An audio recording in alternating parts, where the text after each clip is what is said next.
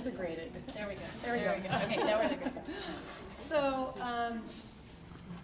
I guess following the sort of rubric that we were given, the thing that we want students to understand from my perspective, well, from the ESL, is that the role of English reading and writing skills play in their home and personal lives. And from the ECE is that I hope students question, reflect, consider the human journey from conception to 18 years of age and what influences that journey. All right, let's see if this holds up. So the issue that we will address here is we want to examine the importance of the development of bilingualism and biliteracy of young children in English learning families. So by bilingualism we mean, often it's speaking and listening in the language. Biliteracy is a bit more in-depth. It goes beyond just being able to read a menu or street signs. Can they, read an article or a book critically? Can they follow the plot of a novel? And that often is not developed in the children of immigrants. There's a certain idea that it's English only. This is America, so I'm not going to expose my children to their native language beyond maybe just some household talk, because we want them to study English, English, English, and that can be actually quite damaging to their future academics. They can sometimes become semi-literate in 2 different languages rather than fully literate in 2 languages. So college readiness that we looked at and considered and wanted to really view the intellectual openness from both perspectives. From the ESL, we're looking at critical thinking and specifically reading and writing skills. That would be what's happening. ECE, critical thinking, their part would be doing research and then reading that research, writing.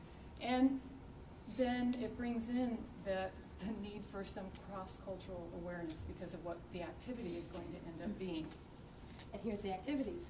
So in my ESL class, I will ask students in groups to reflect and write upon their own personal experience with the development of bilingualism and biliteracy. It can be with their own children. Do you have English and Spanish books in the house? Do you read your children in English and Spanish?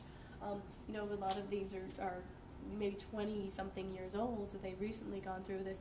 What was your childhood like? How did you feel it influenced your schooling?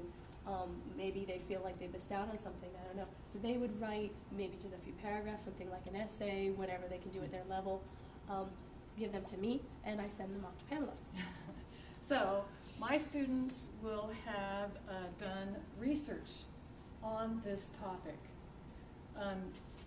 What happens with the brain when children not in their primary language? What happens with the child's brain if they're being forced to learn a new language before they've mastered their own language? So there would be research around this topic, and then they would be reading the responses of these families, these people, and based on the research that they've learned, they would be writing about what they understand is sort of the best practice, and that would go back to me. So I would hand out the ECE students' responses and the research that they've done to my students, and the students will read it, probably in groups, and discuss what they understand about the research, and then reflect and write on what they've learned and what any changes might have occurred in their own understanding, their own perspective. Maybe I always thought that it was best for my child to only learn English. Now I understand that we really should develop both. And so they would write up their reflection and what they've learned, the whole picture, and give it to me, and guess where I send it. And so our students would learn, read and learn, get that perspective from the people who are really going through it. And in the end, then, would reflect on the whole activity, how did they value this, what was important to them. And hopefully then this would create some possible other springboards that might occur from this. People become interested, ask questions that we could then create a dialogue back and forth in that area of early childhood development going on. Okay? Thank you.